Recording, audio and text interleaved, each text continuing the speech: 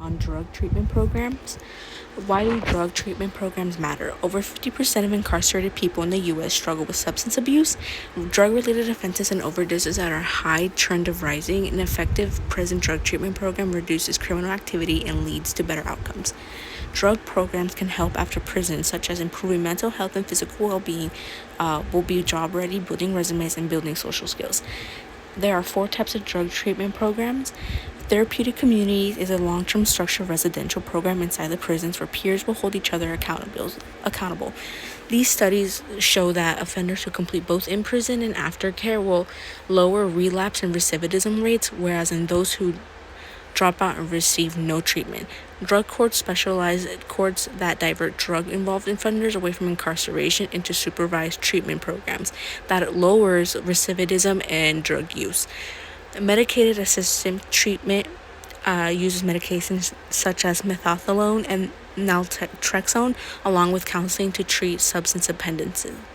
Residential drug abuse is an intensive federal-based program that combines therapy with education and structured daily activities.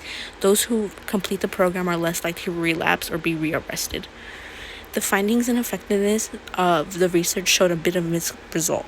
Some programs prevent people from committing new crimes, and others show no significant changes or effects. Better ways of keeping track and finding results can help better programs and their patients. Cultural competency in drug treatments within the communities, such as Hispanic communities, Fish emphasizes that there are critical need for Hispanic cultural competency in drug abuse treatment training programs. There is a lack of family dynamics, community ties, distrust of the government, institutional intervention, and leading less effective treatment. Disparities exist in the treatment access and outcomes, such as language differences, socioeconomic challenges, and systemic discriminations, leading to lower rates of treatment utilization compared to other populations. Cultural factors significantly affect treatment efficiency. For instance, traditional views on mental health and addiction will and may impact the willingness to seek help. Racial disparities. Multiple studies have shown and identified systematic issues affecting treatment access and outcomes across racial groups.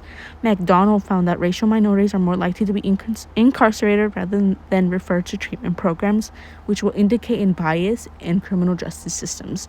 Caldwell and Guns identify cultural treatment barriers such as lack of Spanish-speaking providers, which will significantly hinder treatment effectiveness and retention for Hispanic clients. Reveau highlighted differences in recidivism predictors by ethnicity, suggesting that standardized treatment approaches fail to address unique cultural and community basic needs. In gender-specific treatments, women, according to Lindsay, programs should incorporate components that help women build self-efficiency, development, parenting skills, and create supportive networks. Ethnic considerations from Caldwell and Guns identified racial and ethnic differences in treatment factors among female offenders requiring tailored approaches. Transgender rights from Amezcua highlights that many experience discrimination in gender-segregated facilities, which can deter them from seeking help. Treatment satisfaction, according to Haynes, found higher patient satisfaction linked to better treatment outcomes across genders. Innovative treatment programs, according to Hill, introduced drumming as a treatment method for engaging individuals struggling with drug addiction. Drumming allowed individuals to express their feelings and emotion in a nonverbal way. It is a healthy outlet for frustration, fears, and other emotions. Participating in drumming circles created a sense of community and belonging and allowed participants to share an experience and build relationships. The effects of the rhythm can lead to decreased stress levels, lower cortisol levels, helping individuals manage anxiety and promote relaxation. Lemaire exposed music's discovery on the recovery process, that music therapy provides an avenue of individuals to interact with their emotions through songwriting, listening, and performing. Engaging with music helped enhance motivation for recovery with upbeat and positive songs. Music can influence cognitive functions such as memory and attention. Integrating creative approaches like drumming music Drumming and music into traditional treatment protocols enhances the overall effectiveness of addiction therapy. Methods can complement conventional therapeutic techniques such as counseling and medication-assisted treatment. Special populations. McGovern conducted a comparative study. The study indicated that prisoners with intellectual disabilities may engage in substance abuse at different types compared to their non-disabled counterparts. They are most susceptible to addictive behaviors due to cognitive impairments that limit their decision-making abilities. People or individuals with intellectual disabilities commit different types of offenses, and this may stem from their inability to fully comprehend the consequences of their actions, which will lead to impulsive behavior. The population also faces social pressure and push them towards drug use and associated criminal activities, further complicating their legal situation. The study highlighted significant differences in outcomes and treatment, suggesting that prisoners with intellectual disabilities often experience less effective treatment due to lack of tailored interventions designed to meet their unique needs. It'll require more attentive support and simple, clear communication methods to facilitate understanding and engagement in the treatment program. Some challenges and obstacles, according to Beaton and Gerber, that realized that many of those who went through the program are more likely to relapse and tend to go the same path that led them to addiction.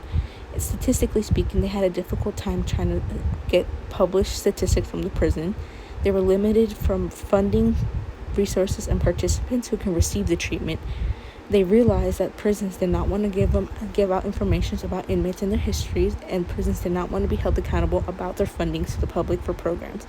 They did not have enough fundings for every single participant suffering from addiction. Best Day, Holman, Linton, Moberly, and Openshaw's studies pointed out that many of the adults that involved in the treatment did not successfully complete the program. Most of them left mid-program, and 50% of them breached their program. Cultural barriers are often unspoken about when it comes to minority groups seeking drug treatment programs, such as language gaps, which will make it harder for counselors to communicate to inmates about their treatment plans. Religion can make people and family believe addiction is a mindset or a moral wrong. Bias is susceptible to minority groups, and they are often sent to jail instead of given treatment plans. Unequal access by certain minority groups having lower income and no transportation or less resources. In conclusion, these programs want to end substance abuse within the prisons, but not all of them are willing to take the action to get the need that they help due to little to no funds. It'll work for most who are committed and willing to make the changes that they need when in treatment. The outcome is a 50-50. Some will complete while others will not.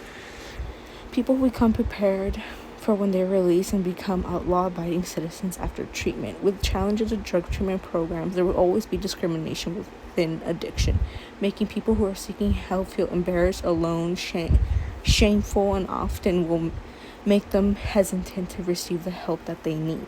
Motivation is super important in treatment, and it is needed to help people get a second chance in life with a positive little push. Drug treatment programs will allow people to heal for themselves for the better.